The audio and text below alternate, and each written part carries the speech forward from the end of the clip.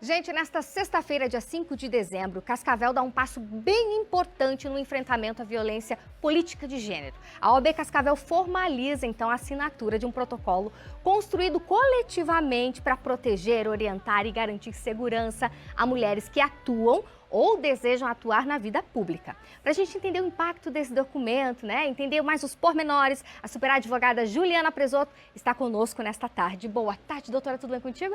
Boa tarde, Patrícia. Boa tarde a todos vocês que estão nos assistindo. É um prazer enorme estar aqui e também poder falar desse projeto que nós encabeçamos esse ano na UAB e com todas as outras instituições, que é um projeto muito valioso para nós também. Explica então pra gente o que é exatamente essa questão da violência política de gênero. Como que ela aparece no dia a dia, doutora? Bom, a violência política de gênero ela já é um fenômeno estudado há bastante tempo pelo campo da ciência política. E pelo menos desde ali da década de 90, a Bolívia foi o primeiro a reconhecer a violência como um fator que afasta as mulheres da política e que faz com que elas não tenham condições de prosseguir na vida pública. Hoje, a violência política ela é crime eleitoral por meio da Lei 14.192 e por meio da Lei 14.197, que prevê aí, penalidades e outros tipos de sanções para quem faça propagandas eleitorais discriminatórias a mulheres ou as condições de mulheres, condições de gênero, ou aqueles que pretendam constranger, humilhar ou assediar as candidatas a mandatos eletivos, a prefeita, a vereadora, a governadora, a deputada, e também as que já detêm esses mandatos, as que já foram efetivamente eleitas. E aí sempre se fala, dentro das pesquisas, que se considera como se fosse um tipo de mensagem para essas mulheres de que o lugar delas não é aí, a violência é praticada com essa intenção. E aí justamente por isso que a Lei 14.192 veio, ela se materializa de várias maneiras, mas a proteção serve justamente para isso. E o protocolo, como que ele foi, vamos dizer assim, construído, constituído? Conta mais pra gente. A ideia do protocolo é uma ideia bastante bacana que nós trouxemos aqui para Cascavel desde o início do ano, mas já é uma ideia que vem de fora do Brasil e que dentro do Brasil o Tribunal Superior Eleitoral e a Procuradoria-Geral Eleitoral já vem aplicando desde 2002 a nível nacional.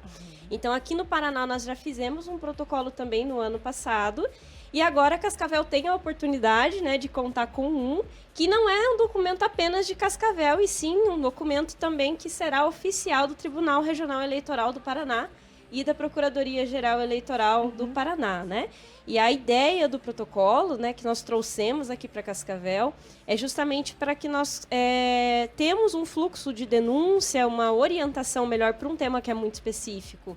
Tanto para aqueles que vão trabalhar no direito com isso, os juízes eleitorais, os advogados, os policiais federais que vão atuar no processamento desses crimes, a Defensoria Pública da União.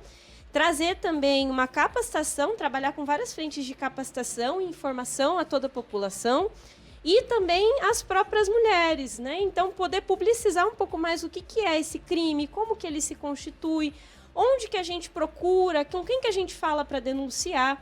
Então, a ideia é poder trazer tudo isso para Cascavel também, porque nós percebemos em vários momentos e em eventos anteriores que nós fizemos que muita gente ainda não tem nem o conhecimento de que essa violência praticada contra as mulheres candidatas ou detentoras de mandatos eletivos é efetivamente crime. Quando a gente fala de denúncias, por exemplo, quais são os caminhos ali de denúncia que o protocolo vai estar indicando, doutora? Então, preferencialmente, as instituições que vão assinar, e aí a gente fala de membros do Legislativo, do Executivo, da sociedade civil, do Judiciário, nós da UAB que também estaremos participando, nós vamos colocar com destaque a página da Procuradoria-Geral Eleitoral, que é a página do Ministério Público, que trata, que existe um canal, tem um canal específico de denúncias para isso. Mas aqui em Cascavel, por exemplo, a gente tem a Procuradoria da Mulher, que também conta com um canal de denúncias para encaminhar para as autoridades competentes. A Polícia Federal, que é responsável pelo processamento desses crimes, que também pode ser procurada. Também os promotores de justiça, que são investidos da jurisdição eleitoral, os promotores eleitorais que trabalham aqui. E o próprio juízo eleitoral, o próprio juizado eleitoral, as pessoas podem procurar a justiça eleitoral também para fazer essas denúncias. Agora, doutora Juliana, como que a padronização, por exemplo, desses procedimentos, pode, vamos dizer assim, tornar mais um ambiente político mais seguro para as mulheres, tanto para quem é candidata, quanto para quem já ocupa, então, um cargo? Isso. A intenção de nós trazermos um protocolo específico para Cascavel, é porque, principalmente quando nós falamos de vereadoras e etc., a vida política das mulheres costuma começar nos municípios. Depois elas se alçam para outros cargos. Então, é muito importante que o município seja protegido de uma forma bastante específica, de acordo com aquilo que cada município pode oferecer. Então, aqui a gente tem, por exemplo, o Conselho Municipal dos Direitos da Mulher, nós temos uma procuradoria instalada, nós temos a Defensoria Pública da União com sede aqui em Cascavel. Então, a ideia de trazer isso para o município é justamente para que a gente entenda, né, trabalhe com as instituições que são daqui, que entendem aonde está a violência política de gênero, como a gente pode combatê-la, para trazer uma maior segurança para essas mulheres, até para elas saberem como procurar. Poxa, eu acredito que eu sofri uma violência política de gênero. Então, a divulgação dessas informações do protocolo é justamente para que a gente auxilie essas mulheres a saber que elas têm um documento que elas podem consultar e acionar no caso de achar que elas eventualmente estão sofrendo uma violência política de gênero.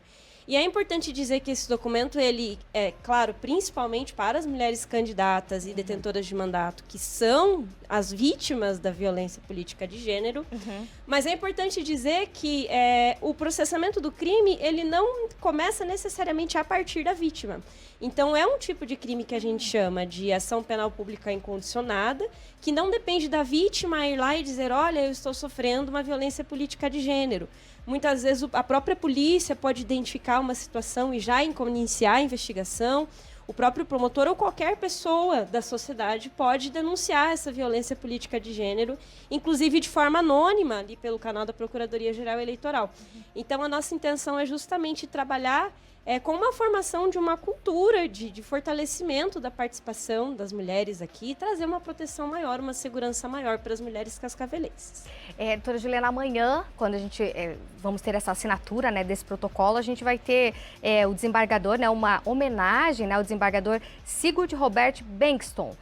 Qual foi a contribuição do desembargador para incentivar, então, a criação desse protocolo? Como que vocês veem essa homenagem?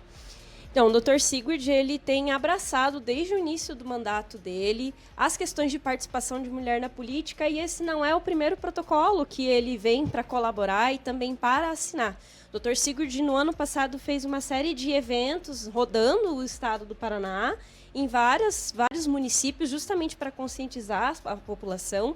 Já fez outros protocolos relativos às fraudes que são utilizadas no processo eleitoral para fraudar as campanhas das mulheres, as candidaturas laranjas. Já fez várias outras ações nesse sentido. E nesse protocolo a contribuição dele é essencial, tanto pelas contribuições que a própria assessoria do gabinete e o próprio desembargador Sigurd fizeram ao nosso texto. Então, como desembargador presidente do Tribunal Regional Eleitoral, que trouxe tudo isso para nós aqui, e também porque o nosso protocolo, a partir da participação do desembargador Sigurd, ele não é apenas um protocolo, ele é um protocolo aplicável para Cascavel, mas ele é um documento oficial do Tribunal Regional Eleitoral do Paraná, e também por isso que nós queremos prestar a nossa homenagem por toda a atuação do desembargador Sigurd, porque ele atuou muito pela participação das mulheres, tanto nos tribunais, né, no Tribunal Regional Eleitoral, quanto na vida pública aqui das mulheres do Paraná. E a participação dele nesse protocolo foi essencial, foi fenomenal. Ele se dispôs prontamente a participar desse projeto com a gente, a Procuradoria Eleitoral também, né, o Ministério Público que vem de Curitiba, ambos para cá. Então, nós também pretendemos fazer essa homenagem a ele e a toda a gestão que possibilitou que a gente concluísse esse protocolo e o trouxesse para cá. Parabéns, doutora Juliana. Parabéns a você, a OAB Cascavel, viu, por esse trabalho maravilhoso. A gente coloca né, dos itens que a OAB vem desenvolvendo, né, nessa questão da política de gênero, mas tantos outros trabalhos que são desenvolvidos na OAB, seção aqui de Cascavel, são bem encantadores e maravilhosos para a nossa sociedade. Muito obrigada, realmente, de coração, viu? Eu que agradeço a oportunidade. E até uma próxima, doutora.